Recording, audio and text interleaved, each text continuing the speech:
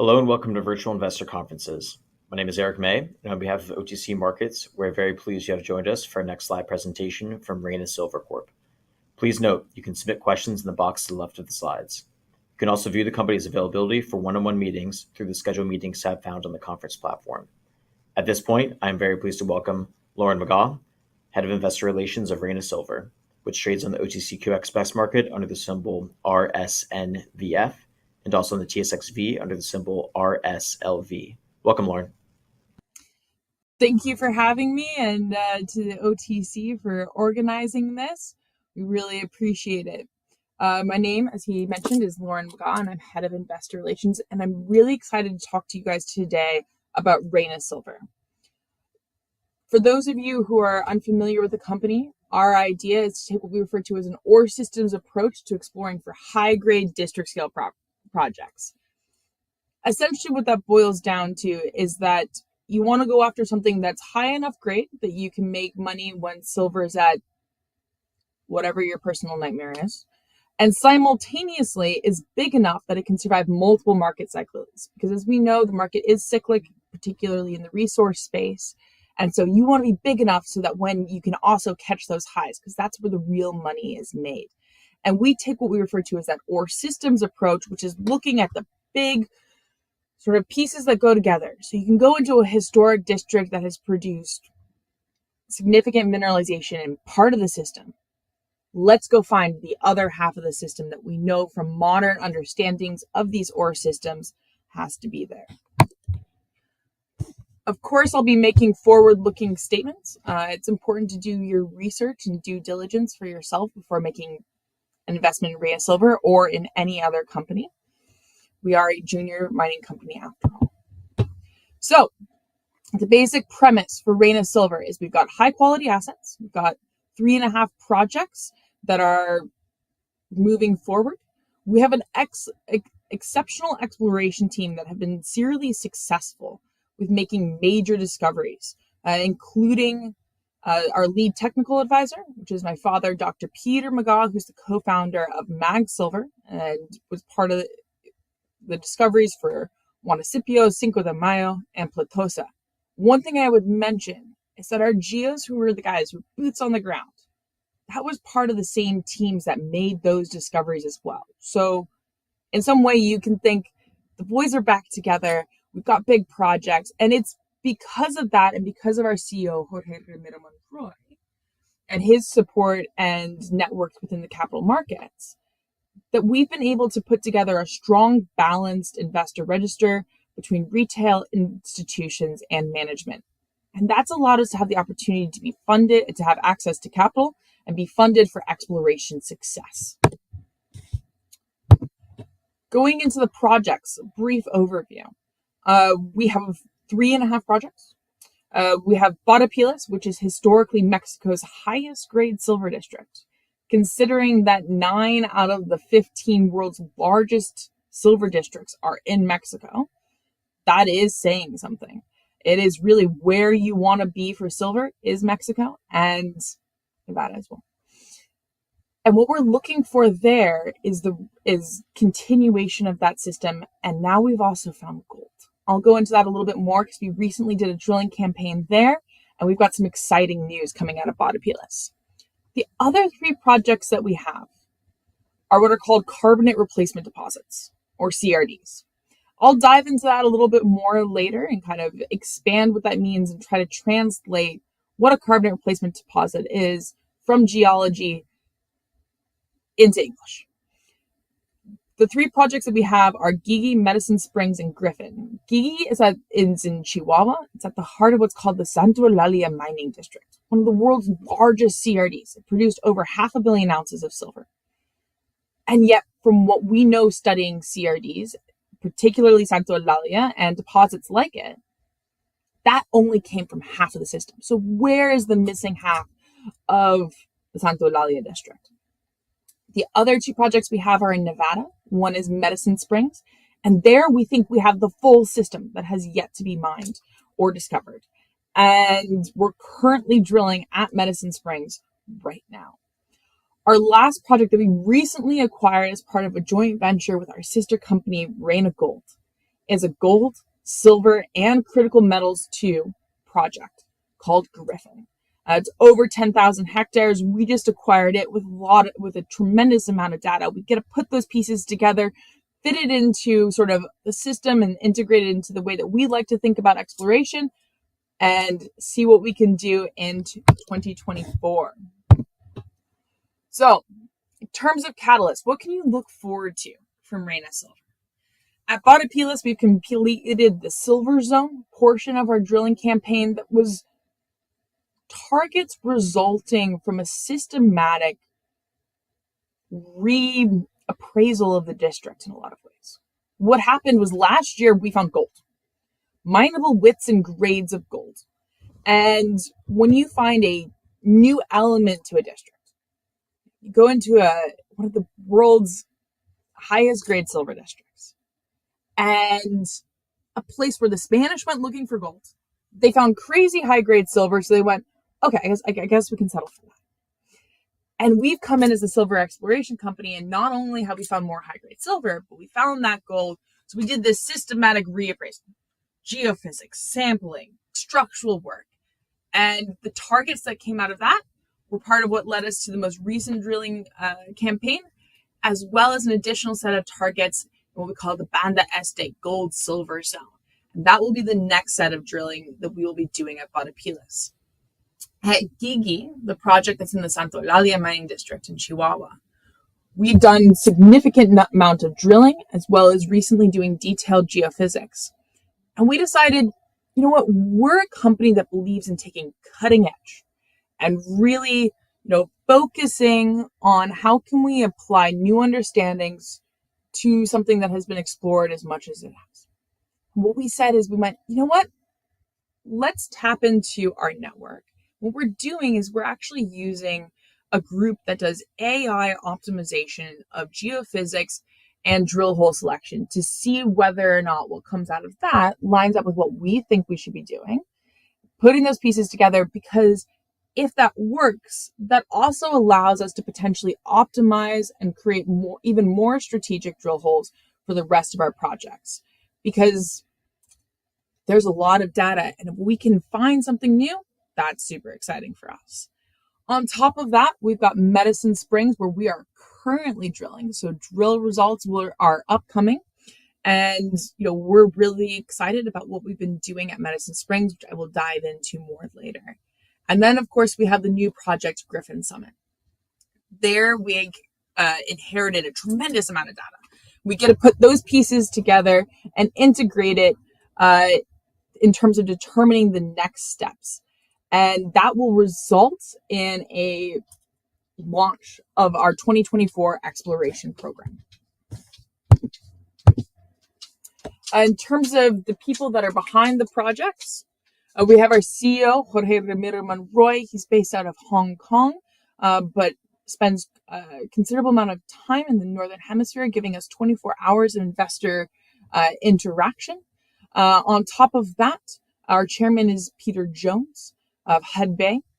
Our chief technical advisor is Dr. Peter McGaw. Our senior technical advisor is Doug Kerwin, the former executive VP of Ivanhoe Minerals, as part of the discovery of Oyo Tolgoi, the Hugo Dominant ore body.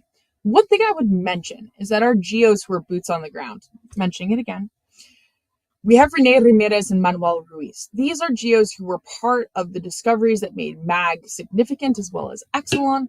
And, it's really great to have people with this depth of knowledge in our exploration team as well.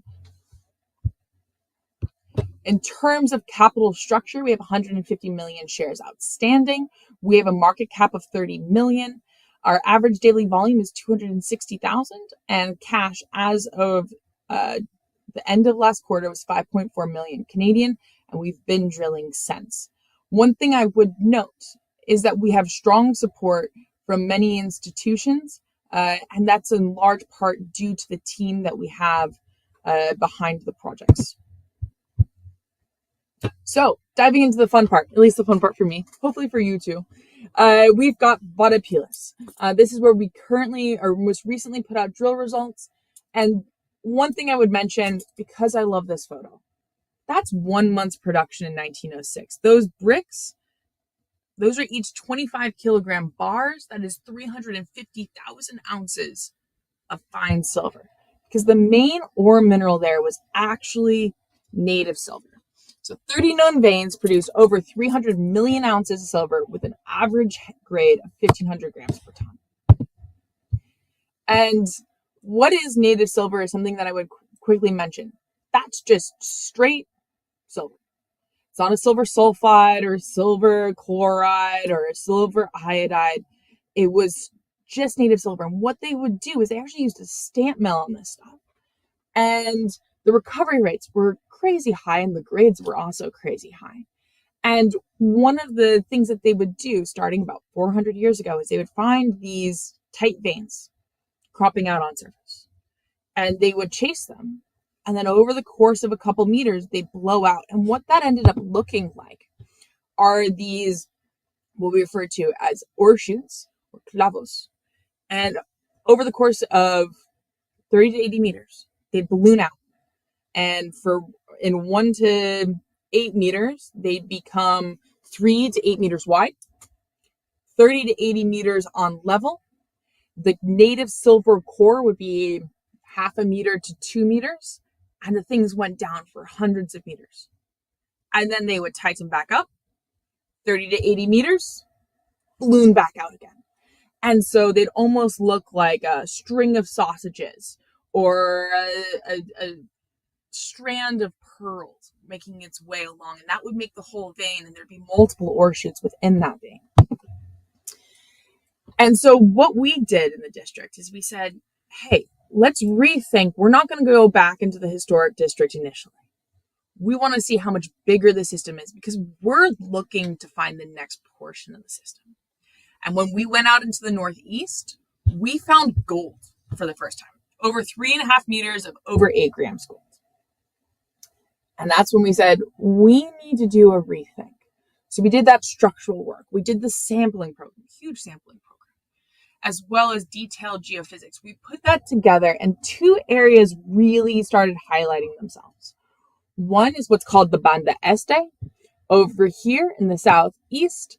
That is a silver and gold combination zone that we discovered. And that will be where we move to next after rainy season's over and it's the optimal time to go drilling. In addition, we noticed that there were these features where we get stacked anomalous structural indicators, geophysics, and sampling. And so what we decided to do was test it initially where we thought we had the most chance for success. And so we went back into sort of the historic silver zone. We decided to do a drill hole 57, between 2 of the biggest veins in the district, Escritorio and Todos los Santos. And when we did that, halfway through, we found an entirely new silver vein. It's tight, it's 0.2 meters, but it grades over 6,440 grams of silver. And one of the reasons we're primarily excited about that is, as I was showing earlier with those ore shoots, where they would start out tight and then they'd balloon out. Well, here we have a native silver vein. So the white portion there is the calcite. The gray that you see, that's actually the native silver. And one of the pieces we're particularly interested in is sitting between those 2. There's that black section with the white chunks in it. The white chunks are the class, are that calcite with native silver. Holding that all together, the cement or matrix, as we like to call it, is actually a acanthite, so silver sulfide. And the reason we're particularly excited about that is that's what you would see as you were coming into those big ore shoots. So what we're going to spend the next bit of time doing is figuring out, okay, using the geochemical work we have, building upon what we've already worked on, which direction do we move? How far do we need to go out to be able to find another one of these ore shoots, which will be a major factor for Reyna silver. The other aspect that really came to light during the recent drill program is that if things are undercover, so if they weren't just popping up on surface, the Spanish might have missed them. And that became particularly apparent because at hole 58, over in sort of the most western portion here, where there was a structural and sampling and a structural and geophysics combination anomaly. Just 3 meters from surface. So just barely below surface. You could probably hit it with a trench, actually. We discovered 30 meters of silver mineralization, including 9 meters of which runs over 616 grams of silver. And, to us, that is a big breakthrough. It's also great grades. And it also opens up some really interesting potential in terms of what we can do applying this style to other portions of the district and other areas that are also undercover. So we're going to use this area as a way to test and see if we can discover ore shoots here, and then see if we can then apply that to the rest of the district. So we feel like we're pretty close to making a breakthrough in Badapilas district. An incredible, I just love this place. I mean, it's the reason why geologists get out of bed is, can you imagine getting into one of these ore shoots? Here's an example of what the gold mineralization looks like on the right and what the silver mineralization looks like on the left from the results of our 2021 campaign. Okay, moving on. Carbonate replacement deposits. CRDs are these continuous, zoned, multi-phase, high-grade, potentially big systems. And, how it works, essentially, mineralization is driven by what we refer to as the source intrusion. Sometimes that can be a porphyry, barren or productive. We'll talk more about that when we get to Medicine Springs. And what's happening is you have this intrusive hot rock that comes up, and there's acidic mineralized fluid that's coming off of it.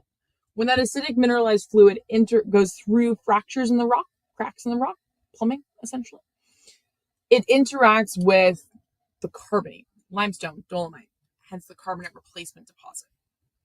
And when that happens, you get that acid-base reaction, the vinegar and baking soda, as it were. And the metals drop out, the goodies drop out, and you end up with these continuous systems resulting from that. Another way to think about this, and sort of how I like to wrap my head around it, is I like to think about these as being like a public transportation system.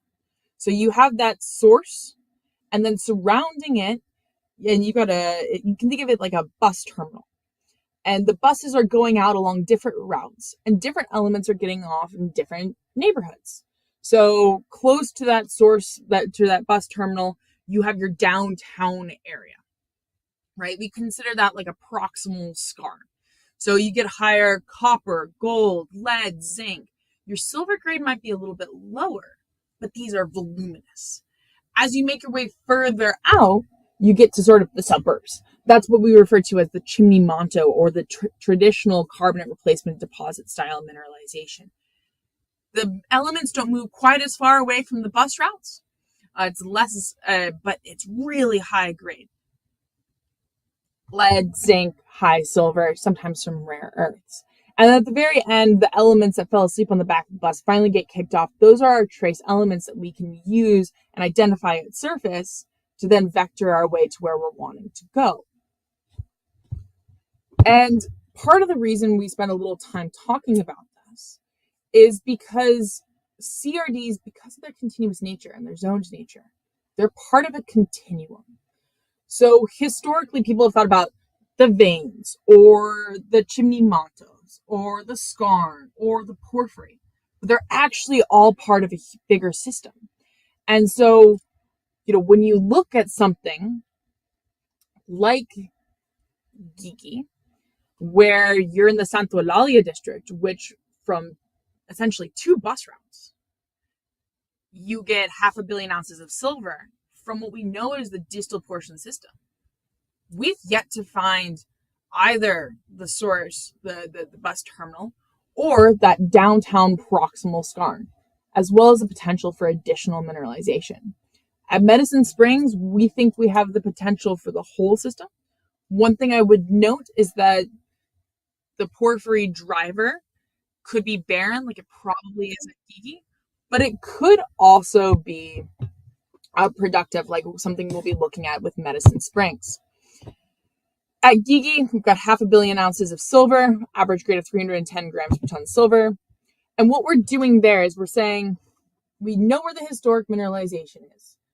It might look like a spaghetti monster that's schematic over there, but what you'll notice is there's 2 little triangles in there, and those are Eiffel Towers, and that's sitting inside of one of the chimneys. And the idea there is you work the historic mineralization, you discover where the source is, and you work those 2 against the middle to find that skarn mineralization as well as potentially additional mineralization on top of that. So we've done some widely spaced drill holes between 600 and over a kilometer apart. And that's allowing us to vector our way through the system. So the idea is that you get this zonation of silver, lead, zinc, copper, and indicators of getting a higher temperature. That tells you you're getting closer to the source. And because these things are continuous systems, when you also run into what we call feeder bleeder structures, which you can think of as being like almost like a tributary or a side road that feed in, which is one of the features that we've found 350 to 750 meters above the skarn that we found there so far. Well, we can work those 2 pieces against each other.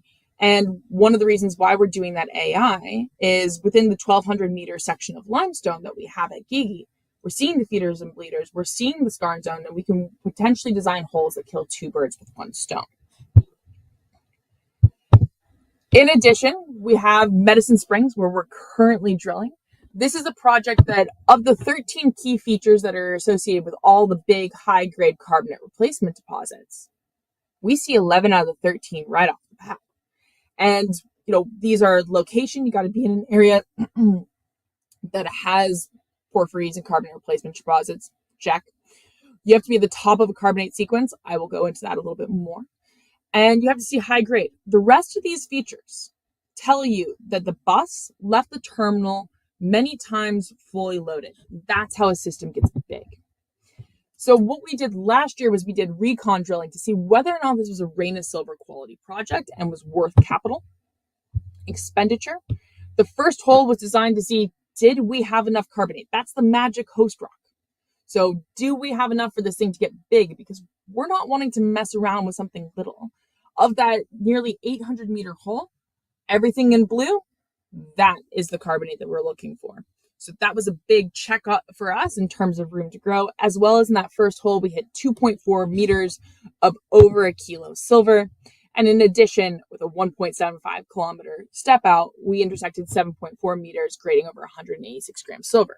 What we're now doing is taking some structural work that we've been doing, putting the pieces together, testing this northeast and northwest combination, seeing what we can do there, and keep an eye out for what we're up to at Medicine Springs.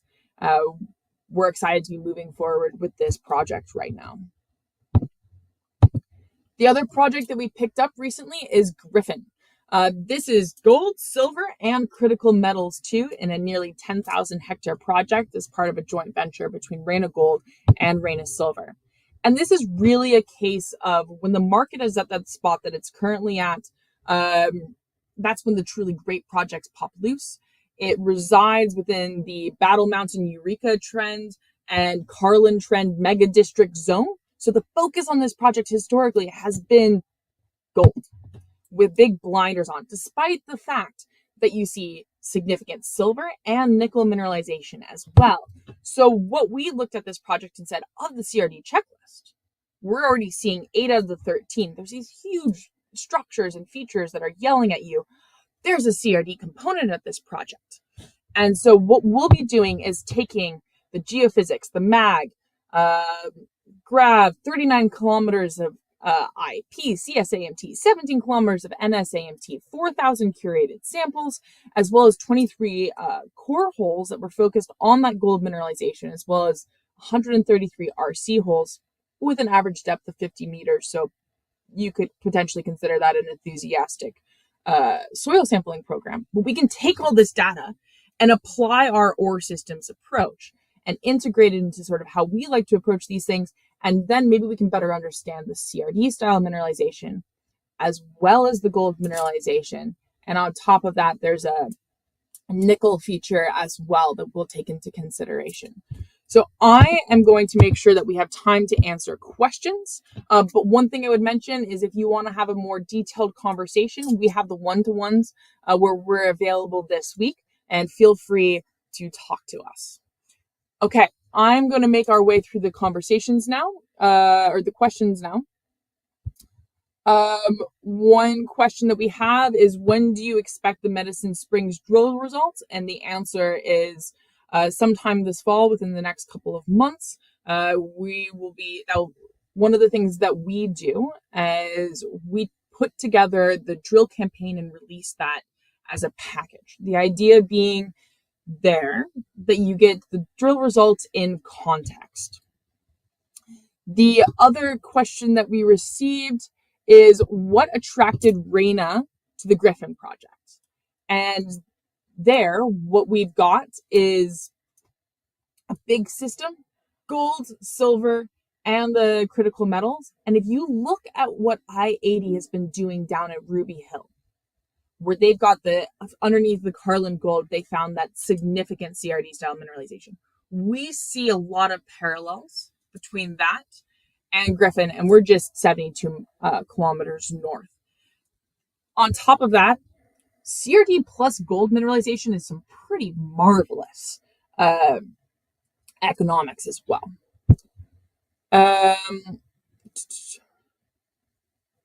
When do you believe you'll need to raise more money for the company? We're a junior exploration company, so of course there is the aspect where at some point we'll need to be raising additional funds. As of right now, we've got some good cash on hand, though we are taking into consideration where the market is and what we need to do in terms of either cash preservation or to continue with drilling at our projects. We really like where we're at Botapilas and Medicine, as well as moving forward with that 2024 campaign at Griffin and Gigi of Taurus as well. But we're looking at prioritization and taking into context what's going on in the market currently. Another question that we received was, how close are you to finding the source at Gigi? We believe we're very close. But one of the things that we want to do, particularly because of where the market's currently sitting, we want to be as strategic as possible with those drill holes, because one of the things that we're looking for there is we're looking for a lot of limestone, a lot of carbonate, that magic host rock, sitting above the source, because that gives you the most room potential to grow and for the system to get big. And so that's one of the components that we're looking at there, and that's why we're doing that AI work with a group out of Stanford. Another question, when will be the next time the management can buy their own stock?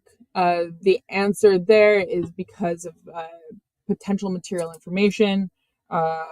You get to buy stock after you put out press releases, so that will be something that we'll take into consideration then. I'm definitely excited to buy some more Reyna myself.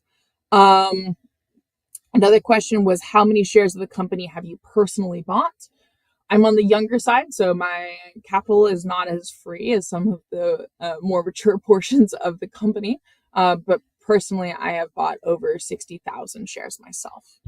Or, excuse me, way more than that. 350,000 shares. Another question. Thoughts on your valuation? What are the catalysts for reevaluation of Reyna's silver? So, like every single company in junior exploration, we believe that we are on sale right now. If you don't believe that, then you should probably get as a junior mining company. Optimism is key. The other component there is we've got 4 really big projects that we think have high potential, and we believe that a catalyst for reevaluation could be a single drill hole at any one of these projects that is proof of concept and theory. So we're excited to be moving all these projects forward and seeing what we can discover and see if we can really launch the project or the company higher up in terms of valuation. So thank you guys so much for your time. As I said, we have one-to-ones, and please feel free to ask or send any questions to any of the following platforms. Thank you for your time. Have a good